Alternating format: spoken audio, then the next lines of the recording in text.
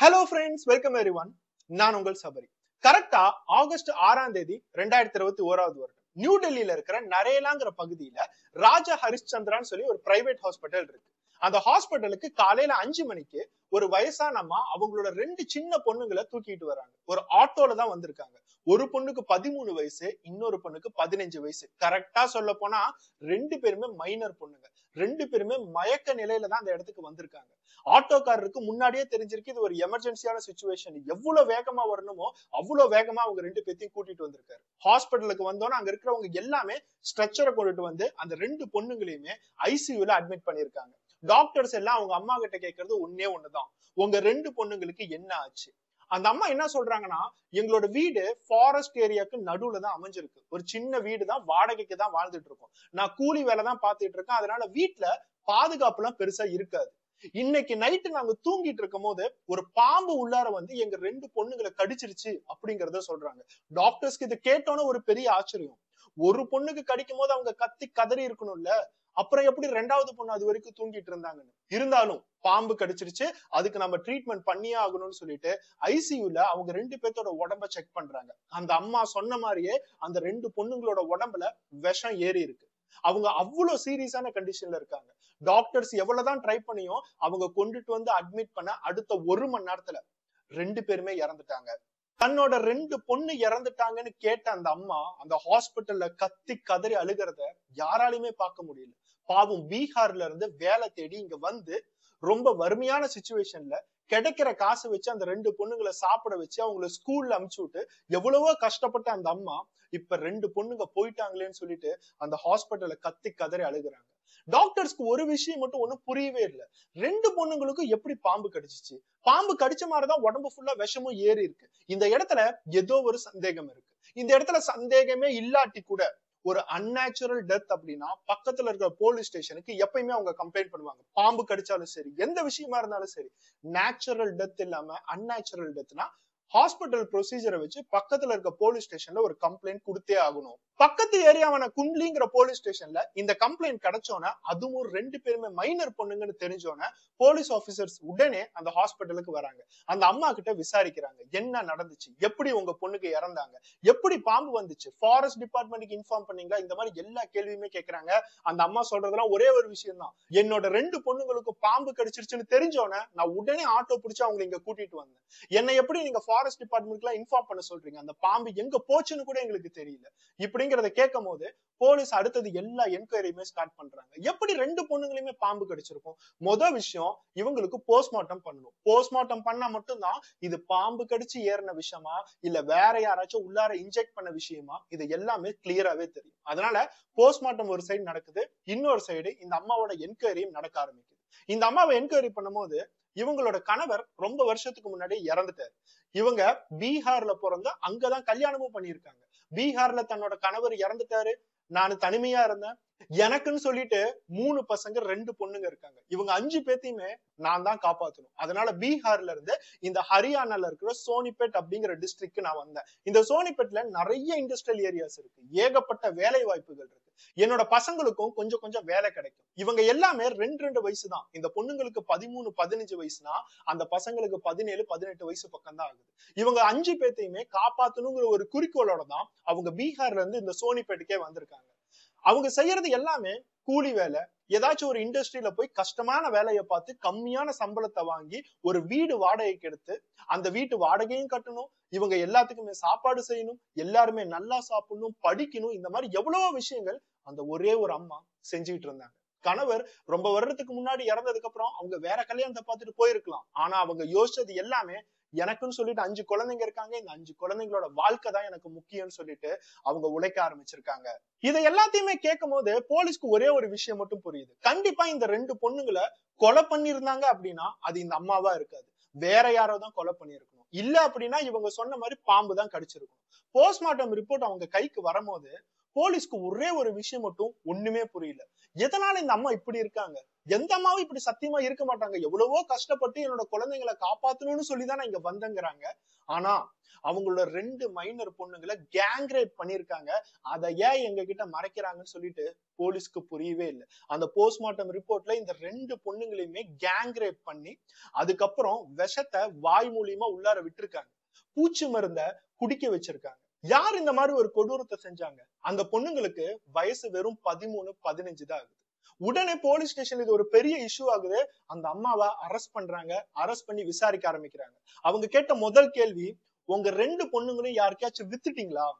யாரையாச்சும் வீட்டுக்கு கூட்டிட்டு வந்து ரேப் பண்ண விட்டு காசு சம்பாதிக்க ஆரம்பிக்கிறீங்களா? ப்ராஸ்டியூஷன் நடத்துறீங்களா? இந்த மாதிரி எல்லா கேள்விகளுமே அந்த குண்ட்லி அப்படிங்கிற போலீஸ் ஸ்டேஷன்ல இருந்து இந்த அம்மா கிட்ட சரமாரியா கேக்குறாங்க. அவங்களுக்கு எல்லாத்துக்கும் ஒரே ஒரு டவுட் தான், இவ வியாபாரம் பண்ணிருக்கா, காசு சம்பாரிச்சிருக்கா. ரொம்ப ஏழையான குடும்பம், 2 பொண்ணுங்க இருக்காங்க.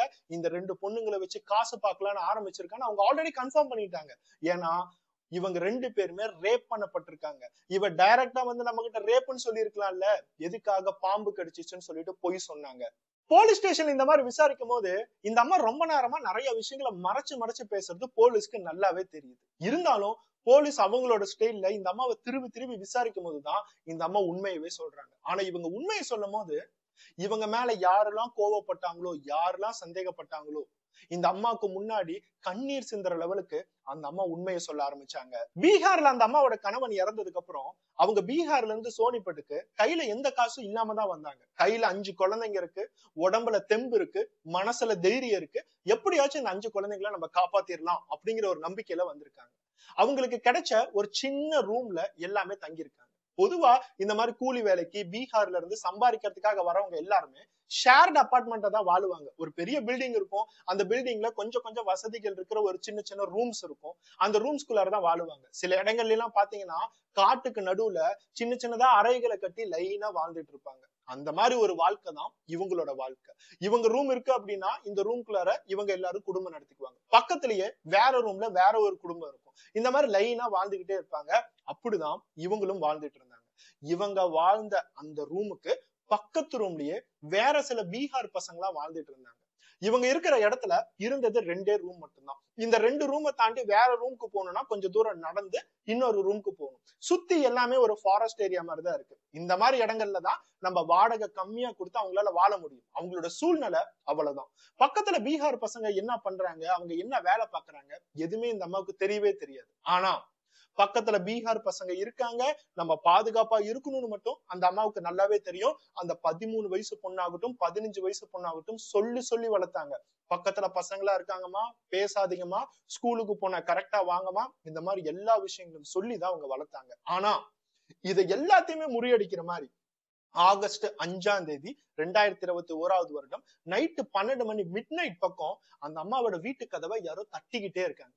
அந்த அம்மா யார் இந்த டைம்ல தட்டுறாங்க, யார் நம்மளை வந்து பார்க்க போறாங்க, 12 மணிக்கு யாரா தட்டுறா அப்படின்னு சொல்லிட்டு அவங்க படு கதவை திறக்கிறாங்க. அவங்களுக்கு பேசிக்கா பயம் இல்லை. ஏன்னா அவங்க இருக்கிற இடமே ஒரு ஃபாரஸ்ட் ஏரியா தான். அதுல வாழ்ந்து வாழ்ந்து வாழ்ந்து அவங்களுக்கு பழக்கம் ஆயிடுச்சு. 12 மணிக்கு யாராச்சும் கதவை தட்டினாங்க அப்படின்னா சரி நம்ம திறப்பமே அப்படின்னு சொல்லிட்டு அவங்க திறந்து பாக்குறாங்க.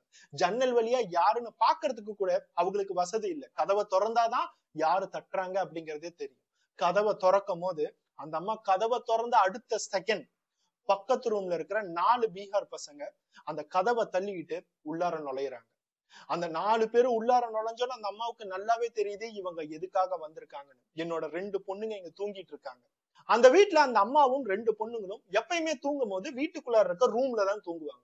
மிச்சம் இருக்கிற 3 பசங்களும் மேல இருக்கிற டெரஸ்ல தான் தூங்குவாங்க. ஏன்னா எல்லாருமே தூங்குறதுக்கு அங்க இடம் இல்லை. அது இல்லாம பொண்ணுங்களுக்கு வேற வயசு அதிகமாகிட்டே வருது. அதனால எப்பயுமே தனியா தூங்கணும்னு தான் சொல்லி நினைப்பாங்க. இது அந்த 4 பீகார் பசங்களுக்கு நல்லாவே தெரிஞ்சிருக்கு. பக்கத்து வீட்டுல 3 பசங்களும் டெய்லி டெரஸ்க்கு தான் போய் தூங்குறாங்க. அப்படி நான் மிச்சம் இருக்கிற 2 பொண்ணுங்களும் இந்த ரூம்ல தான் இருப்பாங்க. அதை பிளான் பண்ணிதான் 12 மணிக்கு வந்து கதவை தட்டி இருக்காங்க. அந்த அம்மாவுக்கு என்ன பண்றதுன்னு தெரியல. மேல இருக்கிற பசங்களை கூப்பிடணும்னு சொல்லிட்டு கத்துறாங்க. ஆனா கத்துறதுக்குள்ளார அதுல இருக்கிற ஒருத்தன் அந்த அம்மாவோட வாயை புடிச்சு அடைச்சான். இன்னொருத்தவன் ஒரு பொண்ணை போய் கைய புடிச்சான். மிச்சம் இருக்கிற 2 பேரு 15 வயசு பொண்ணை 2 பேருமே சேர்ந்து ரேப் பண்ணிருக்காங்க. தன்னோட தங்கச்சிக்கு முன்னாடி தன்னோட அம்மாவுக்கு முன்னாடி கதற கதற ரேப் பண்ணி முடிச்சதுக்கு அப்புறம் அவங்க 2 பேருமே இந்த அம்மாவை வந்து பிடிக்கிறாங்க. மிச்சம் இருக்கிற ஒரு பொண்ணை இன்னும் 2 பேர் சேர்ந்து ரேப் பண்றாங்க. 13 வயசு 15 வயசு. கொஞ்சம் யோசிச்சு பாருங்க அந்த ரெண்டு பெண்களுக்கு நடந்த ஒரு வேதனையை. அவங்க எந்த லெவலுக்கு வலி அனுபவிச்சிருப்பாங்க. இவங்க ரெண்டு பேர்த்தையும் தாண்டி அவங்க அம்மாவோட நிலைமை யோசிச்சு பாருங்க. ஐயோ அம்மா அப்படின்னு சொல்லிட்டு அந்த இடத்துல கத்தி அழுகுறாங்க. மேல இருக்கிற 3 பசங்களுக்கு எதுவுமே கேட்கல. அந்த ரூம்குள்ளார நடக்கிறது எல்லாம் டெரஸ் வரைக்கும் கேட்கல. அதுவும் இல்லாம 12 மணி 1 மணி பக்கம் அவங்க எல்லாமே வேலை பார்த்துட்டு வந்து அசந்து தூங்குற டைம். இந்த அம்மாவுக்கு என்ன பண்றதுனே தெரியல. என்னோட ரெண்டு பொண்ணுங்களையும் நாசமாக்குறாங்களே, இவங்க எல்லாத்தையுமே ஒரு நல்ல நிலைமைக்கு கொண்டுட்டு வரணும்னு சொல்லிட்டு தனி ஆளா நான் பீகார்ல இருந்து வேலை பார்த்துட்டு இருக்கேன். இந்த மாதிரி எந்த வேதனையுமே அந்த 4 மிருகங்களுக்கு புரியல. அந்த 4 மிருகங்களுக்கு இந்த ரெண்டு பெண்களும் ஒரு உடம்பாதான் தெரியுது. அந்த உடம்ப மட்டும் நம்ம அனுபவிக்கணும்னு சொல்லிதான் அவங்க வந்திருக்காங்க. ஆனா இந்த அம்மாவோட வேதனை, இந்த அம்மா இது வரைக்கும் எவ்வளவு கஷ்டப்பட்டு இருக்காங்க, இந்த அம்மா இந்த ரெண்டு பொண்ணுங்களுக்காக எவ்வளவு தியாகம் பண்ணிருக்காங்க, இவங்க எதுக்காக பீகார்ல இருந்து இங்க வந்தாங்க, இது எதுவுமே அந்த நாய்களுக்கு தெரியவே தெரியல. அந்த மிருகங்களும் இந்த ரெண்டு பொண்ணுங்களையும் வேட்டையாடிட்டு கடைசியா அந்த வீட்டுல இருக்கிற பூச்சி மருந்து எடுத்து அந்த ரெண்டு பொண்ணுங்களையும் குடிக்க வச்சுட்டு இந்த அம்மாவை பயம்புறுத்திட்டு போயிருக்காங்க.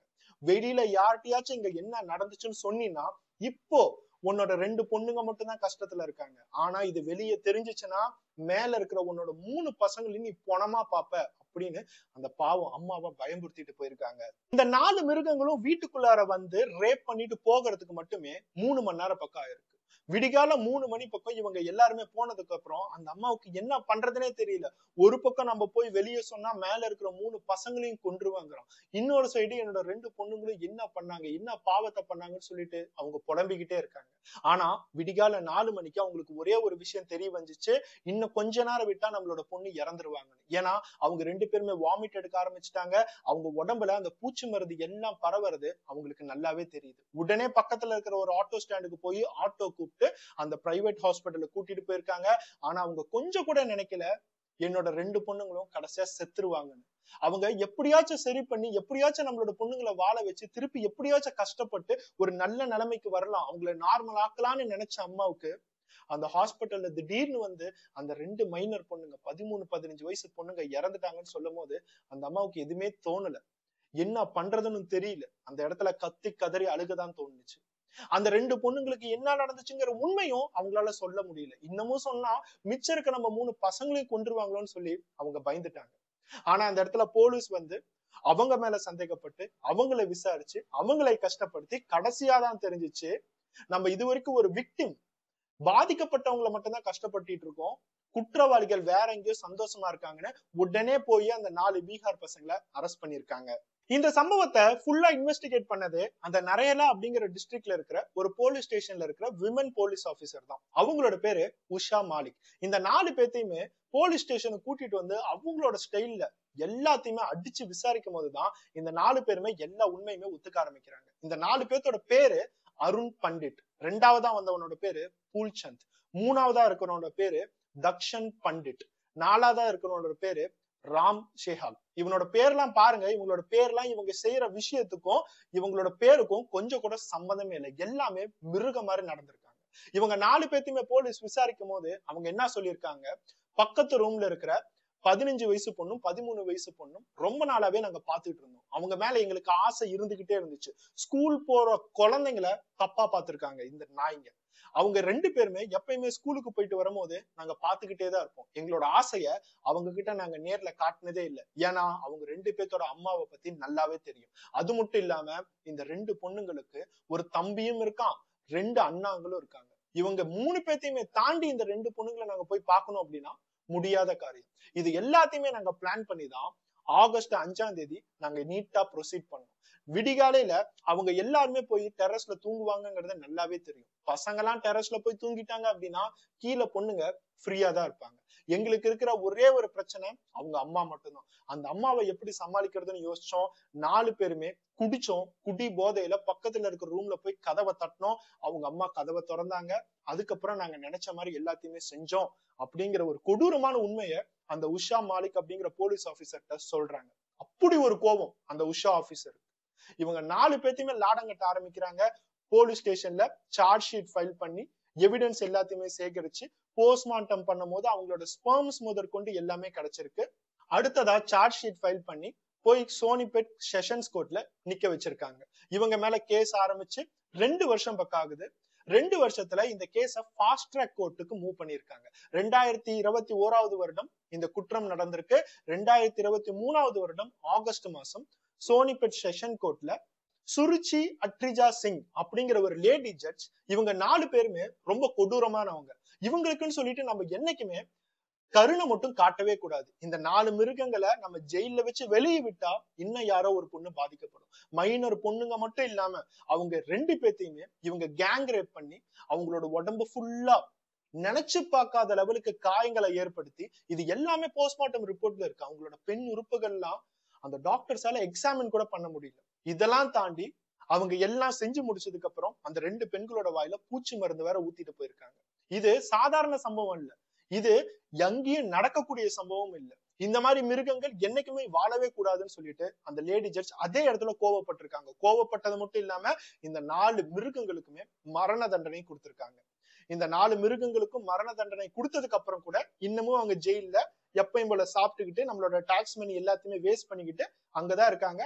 அதுக்கப்புறம் உண்மையாலுமே இவங்களை எப்ப தூக்கில போடுவாங்க, இல்ல இவங்களோட குடும்பத்தினர் எல்லாமே பீகார்ல இருந்து வந்து கருணை கேட்டு எங்களை மன்னிச்சிருங்கன்னு சொல்லி வேற ஒரு ஜட்ஜை கூட்டிட்டு வந்து வேற ஒரு கோர்ட்டுக்கு போய் பிரச்சனைகள் எல்லாத்தையுமே சால்வ் பண்ணி இந்த தண்டனைகள் எல்லாத்தையுமே குறைக்கணும்னு நினைப்பாங்களா? இது எல்லாமே சட்டம் தான் பதில் சொல்லணும். இப்போதைக்கு இந்த 4 பேருமே சரி ஜெயில சும்மாதான் இருக்காங்க.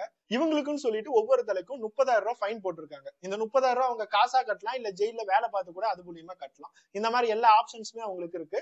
இனிமேட்டு என்ன நடக்குது அப்படிங்கறத நம்ம ஃபியூச்சர்ல அப்டேட்ஸ் வந்துச்சுன்னா பார்ப்போம். உண்மையை சொல்ல போனா இந்தியால நிறைய குற்றங்கள் நடக்குது, நிறைய பேர் தப்பிச்சிட்டு இருக்காங்க. ஆனா சில இடங்கள்ல சில போலீஸ் ஆபீசர்ஸ் ரொம்ப கோவப்பட்டு உண்மையா இருக்கிறதுனால சார்ஜ் ஷீட் எல்லாத்தையுமே ஃபைல் பண்ணி கோர்ட்டுக்கு மூவ் பண்றாங்க. கோர்ட்டுக்கு மூவ் பண்ணதுக்கு அப்புறம் அவங்களுக்கு வாதாடுறதுக்கு பெரிய பெரிய எக்ஸ்பீரியன்ஸ்டான அட்வொகேட்ஸ் எல்லாமே வராங்க. ரொம்ப ரேரான கேஸ்ல சார்ஜ் ஷீட் ஆகட்டும், எவிடன்ஸ் ஆகட்டும் எல்லாமே பக்காவா இருக்கு. அது மட்டும் இல்லாம ஜட்ஜும் அதுக்கு ஃபேவரா இருக்காங்க. இவங்க மேல கோபமா இருக்காங்கன்னா அந்த குற்றவாளிகளுக்கு தண்டனையை தராங்க. அதை தாண்டி ஏகப்பட்ட ஹை கோர்ட் இருக்கு, சுப்ரீம் கோர்ட் இருக்கு. இதுக்கெல்லாம் காசு இருக்கிறவங்க போவாங்க, காசு இல்லாதவங்க ஏத்துக்கிட்டு உட்காருவாங்க. இதெல்லாம் தாண்டி அவங்களுக்கு தூக்கு தண்டனை தருவாங்க அப்படின்னா ஜெயில போய் ரொம்ப நாள் களி சிக்கன் இந்த மாதிரி எல்லாத்தையும் சாப்பிட்டுக்கிட்டு வாழ்ந்துகிட்டே இருக்காங்க. அதுக்கப்புறம் அவங்களுக்கு சில பேருக்கு கருணை மலை எழுதி போடுறதுக்கு கூட வாய்ப்புகள் இருக்கு. இந்த கருணை மனு எல்லாம் எழுதி போட்டாங்க அப்படின்னா சில நேரத்துக்கு தூக்கு தண்டனை ஆயுள் தண்டனையா மாறுறதுக்கு வாய்ப்புகள் இருக்கு. அதுக்கப்புறம் வந்து இவங்க குற்றங்கள் பண்றதுக்கு வாய்ப்புகள் இருக்கு. இத்தனை விஷயங்கள் தாண்டி ஒரு 50 பேருக்கு தூக்கு தண்டனை கொடுத்தா அந்த 50 ஒன்னா கன்வெர்ட் ஆகி ஒருத்தவனை மட்டும் தான் தூக்குல போடுறாங்க. நம்ம டெய்லியும் பாக்குற நியூஸ்ல இத்தனை பேருக்கு தூக்கு தண்டனை தந்திருக்காங்க, இந்தந்த நாள்ல தூக்கு தண்டனை தந்திருக்காங்கன்னு பார்த்தா 365 நாளைக்கு 365 தூக்கு தண்டனை தந்திருப்பாங்க. ஆனா ஒவ்வொரு நாளும் தூக்குல உண்மையாலுமே ஜெயில போடுறாங்களா அப்படின்னு பார்த்தா அந்த மாதிரி எல்லாம் எதுவும் நடக்கிறது இல்ல. ரேரா 6 மாசத்துக்கு ஒரு டைம், 8 மாசத்துக்கு ஒரு டைம்னு சொல்லிட்டு யாரோ ஒருத்தவனை தூக்குல போடுவாங்க. நம்ம எந்த மாதிரி ஒரு நாட்டுல இருக்குன்னு பாத்தீங்களா? தப்பு செய்யறதுக்கு எவனுமே பயப்படுறது இல்ல. அந்த 2 பொண்ணுங்களை வேட்டையாடுறதுக்கு இந்த 4 நாய்களும் பயப்பட்டதே இல்லை. எப்ப நினைக்கிறாங்களோ அப்ப போய் வேட்டையாடிட்டாங்க. ஆனா அந்த 4 மிருகங்களையும் தூக்குல போடணும் அப்படின்னா நம்ம சட்டம் யோசிச்சு நாள் பிக்ஸ் பண்ணி 2 வருஷம் ஆக்கி 3 வருஷம் ஆக்கி அவங்களை ஜெயில ஆக்கி அவங்களுக்கு எவ்வளவுலாம் செலவு பண்ணணுமோ செலவு பண்ணிட்டு கடைசியா போடுவாங்களா அப்படிங்கிறது யாரோட கைக்கும் தெரியாது. இந்த வீடியோ பார்த்துட்டு இருக்க எல்லாருக்கும் சரி, கேட்கிற உங்களுக்கும் சொல்ற எனக்கும் அந்த 13 வயசு 15 வயசு பொண்ணுங்களை நினைச்சா கவலையாதான் இருக்கு. கண்ணுல இருந்து தண்ணீர் வரதான் செய்யுது. அவங்க என்ன தப்பு செஞ்சாங்க? ஒரு ஏழையான குடும்பத்துல பிறந்ததுதான் அவங்களோட தப்பா? இல்ல தனக்கு அம்மா மட்டும் தான் இருக்காங்க அதுதான் அவங்களோட தப்பா? பாவம் எந்த தப்புமே செய்யாம ஏதோ ஒரு மிருகங்க அவங்களோட காமத்துக்கு இரையாயிட்டாங்க. இவங்க 2 பேருமே படிச்சு பெரிய ஆளாயி அவங்க அம்மாவை எப்படியாச்சும் காப்பாத்தணும், எங்க அம்மா ஒரு நல்ல நிலைமைக்கு கொண்டுட்டு வரணும்னு எவ்வளவு ஆசைகள் இருக்கும். இந்த மாதிரி பொண்ணுங்களுக்கு இருக்கிற ஆசையை மட்டும் ஏன் தான் இந்த மிருகங்களுக்கு தெரிய மாட்டேங்குதோ? என்னைய கேட்டா இந்த 4 மனித மிருகங்களையும் பப்ளிக்ல வச்சு தூக்குல போடணும், இல்ல தலையை வெட்டி கொள்ளணும். சவுதி அரேபியால என்ன பண்றாங்களோ அந்த மாதிரி விஷயத்த தான் நம்ம இங்க பண்ணணும். அந்த மாதிரிதான் நம்மளோட நாடு போயிட்டு இருக்கு. ஒரு சொசைட்டிக்கு என்ன பண்ணணுமோ, ஒரு சொசைட்டிக்கு என்ன ஃபேவர் பண்ணணுமோ சட்டம் அதை பண்றது இல்லை. ஒரு சொசைட்டி ஒரு பப்ளிக் நல்லா வாழணும் அப்படின்னா என்ன மாதிரி தண்டனைகளை கொண்டுட்டு வரணுமோ அதை அவங்க பண்றது இல்லை. ஆனா குற்றவாளிகளுக்கு என்னெல்லாம் ரைட்ஸ் இருக்குன்னு சொல்லிட்டு நம்மளோட சட்டத்துல எல்லா ஓட்டைகளுமே இருக்கு. அந்த ஓட்டைகளை வச்சு நிறைய பேர் தப்பிச்சுட்டு தான் இருக்காங்க. இந்த சம்பவத்து மூலியமா ஒரே ஒரு விஷயத்த மட்டும் நம்ம தெரிஞ்சுக்கலாம். உங்க வீட்டுல யாரா இருந்தாலும் பரவாயில்ல, நைட்டு யாராச்சும் வந்து கதவு தட்டுறாங்க, சொந்தக்காரனா இருந்தா கூட பரவாயில்ல, பக்கத்துல வீடுகள் எல்லாமே இருந்தாலும் பரவாயில்ல, சிட்டியா இருந்தாலும் பரவாயில்ல, ஃபாரஸ்டா இருந்தாலும் பரவாயில்ல, வில்லேஜா இருந்தாலும் எங்கேயா இருந்தாலும் நைட்டு யாரு கதவை தட்டினாலும் தயவு செய்து ஓபன் பண்ணாதீங்க. உங்க வீட்டுல இருக்கிறவங்களா இருந்தா மட்டும் திறங்க. இல்ல அப்படின்னா வெளியில யாரு இருக்காங்கன்னு தெரியலன்னா நம்ம டெஸ்ட் கூட பண்ணி பார்க்கலாம், யாராச்சும் எமர்ஜென்சியா கூட இருக்குமேன்னு சொல்லிட்டு தயவு செய்து கதவை திறந்துடாதீங்க. நைட்டு உங்களுக்கு ஏதாச்சும் நடந்துச்சுன்னா அதுக்கு உதவி பண்றது கூட யாருமே இருக்க மாட்டாங்க. இந்த இடத்துல அந்த அம்மா கதவை திறக்கும் போது கொஞ்சம் யோசிச்சிருந்தாங்கன்னா அவங்க 2 பொண்ணோட உயிர் தப்பிச்சிருக்கும். நெக்ஸ்ட் ஒரு வீடியோட பார்ப்போம். Bye bye.